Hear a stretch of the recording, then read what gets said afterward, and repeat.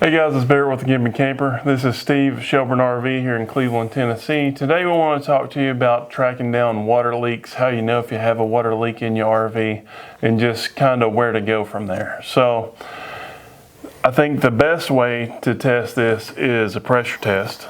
I agree. But, you know, sometimes there's clues out there. One of the clues can be water falling from the bottom of your RV. I mean, it's not rocket science there. You know, if you got water leaking somewhere, it's coming from somewhere. It can be from like an overflow from your tank or something if you just filled your tank up. But the best test is actually a pressure test. Now, what I do is use air. Now, you can't really use just a blowout plug because there's no way to keep the pressure in here. And this plug's not the best. So what I actually use is a test plug. And I think that's the way you guys do it, right? we test it too, yep. So this actually has a nipple in here that negates the check valve.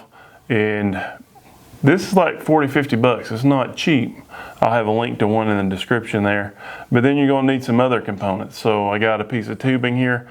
In retrospect, my wet bay, this doesn't work very well. I should have made this tubing a lot longer because it's hard to get in there sometimes.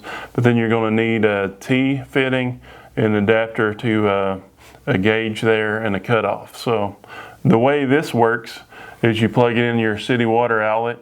You got to take the screen out of that if it's got a screen in there. Plug this in and then use some air.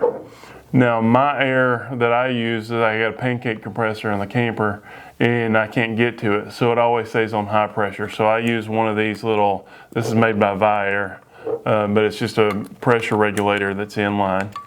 And I do it at about 60 PSI. I don't know what's recommended there. Yeah, a lot of the training centers they test at 100. I always say 65 is plenty enough to see.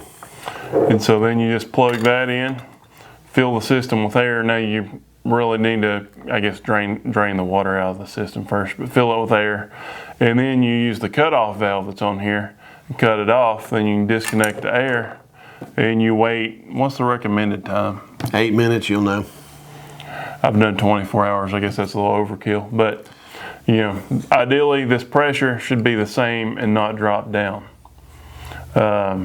Anything to add for that? Nope, that's basically how we do it too. It's the quick and easy way to do that. I mean, obviously if you have a major leak, you're gonna see it pretty good. 24 hours, I mean, we don't do that. We don't test for that amount of period of time, but you know, if you need to go an hour, 2 hours, let it sit there and do that. That's fine too. Just you know, just look over everything. Soapy water works good to go around all your fittings just to make sure nothing's leaking and doing that. But yeah, just a simple, quick test to see if you got a water system leak. Guys, that's all we had for this video. It's pretty short and sweet.